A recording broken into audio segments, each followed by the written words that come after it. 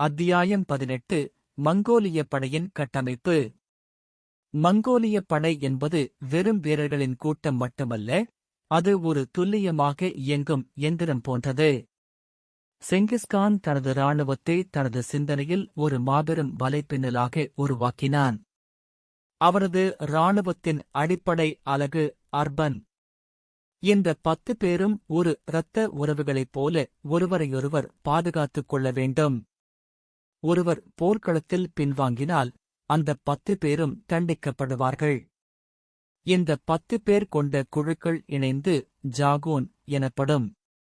இத்தகைய 10 நூறுகள் இணைந்து மிங்கன் எனும் இராணுவமாக உருவெடுக்கும். இறுதியாக 10 மிங்கன்கள் சேர்ந்து துமென் என்ற மாபெரும் படைப்பிரிவை உருவாக்கும். செங்கிஸ்கான் தனது இந்த துமென் அமைப்பின் மூலம் ஒரே ஆணைக்கு கீழ்ப்படியும் ஒரு மாபெரும் இராணுவத்தை கட்டமைத்தான். இந்த அமைப்பு முறை வீரர்களிடையே ஒரு ஒழுக்கத்தையும் தெளிவான கட்டளை சங்கிலியையும் ஏற்படுத்தியது.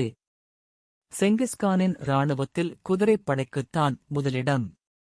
மங்கோலிய குதிரைகள் அளவில் சிறியவையாக இருந்தாலும் அவை அசாத்தியமான சகிப்புத்தன்மை கொண்டவை. ஒவ்வொரு மங்கோலிய வீரனிடமும் குறைந்தது 3 முதல் 5 குதிரைகள் இருக்கும். அவை களைப்படையாமல் இருக்க அவன் அடிக்கடி குதிரைகளை மாற்றிக்கொண்டே பயணம் செய்வான். இதனால் மங்கோலிய படைகள் ஒரு நாளில் 100 மைல்களுக்கும் மேலாக பயணம் செய்யும் திறன் கொண்டிருந்தன. ஆயுதங்களில் மங்கோலிய வில்லுக்கு நிகர் உலகில் எதுவுமில்லை. இந்த விற்கள் விலங்குகளின் எலும்பு மற்றும் நரம்புகளால் செய்யப்பட்டவை. ஒரு மங்கோலிய வீரன் குதிரையில் அமர்ந்து கொண்டே தனது 2 கைகளையும் வில்லில் வைத்துக் கொண்டு குதிரையின் அசைவுகளுக்கு ஏற்ப பின்னோக்கி திரும்பி அம்பு எய்யும் திறன் கொண்டிருந்தான். அவர்களது அம்புகள் கவசங்களையும் துளைக்கும் வலிமை கொண்டவை. செங்கிஸ்கான் தனது இராணுவத்தில் கேசிக் எனப்படும் ஒரு சிறப்பு பாதுகாவலர் படையை உருவாக்கினான். இந்த படையில் சேருவதற்கு தனித்திறமையும் அசாத்தியமான விசுவாசமும் தேவை. அவர்கள் செங்கிஸ்கானின் நிழலைப் போல தொடர்ந்தனர். இந்த படைப்பிரிவே பிற்காலத்தில் அவரது பேரரசின் உயர் அதிகாரிகளையும் தளபதிகளையும் உருவாக்கியது. சுபுடை, ஜெபே போன்ற மாபெரும் தளபதிகள் இந்த பயிற்சியின் மூலம்தான் உருவானார்கள். தகவல் தொடர்புக்காக செங்கிஸ்கான் யாம் எனப்படும் ஒரு வேகமான தபால் முறையை உருவாக்கினான். குறிப்பிட்ட இடைவெளிகளில் குதிரை நிலையங்கள் அமைக்கப்பட்டன. ஒரு செய்தி புல்வெளியின் ஒரு முனையிலிருந்து மறுமுனைக்கு மின்னல் வேகத்தில் சென்றடைந்தது.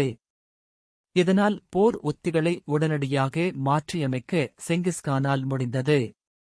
அன்றைய உலகில் தகவல் தொடர்பில் மங்கோலியர்களே முன்னோடியாக திகழ்ந்தனர்.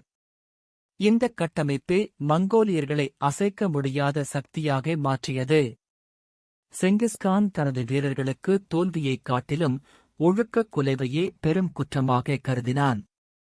அவனது ஒவ்வொரு வீரனும் ஒரு தளபதியைப் போல சிந்திக்கும் திறன் பெற்றிருந்தான். தனிப்பட்ட வீரம் ஒரு வெற்றி தராது, கூட்டு முயற்சியே வெற்றியைத் தரும் என்ற மகா மந்திரத்தை அவன் தனது படையில் ஆழமாக பதிவு செய்தான்.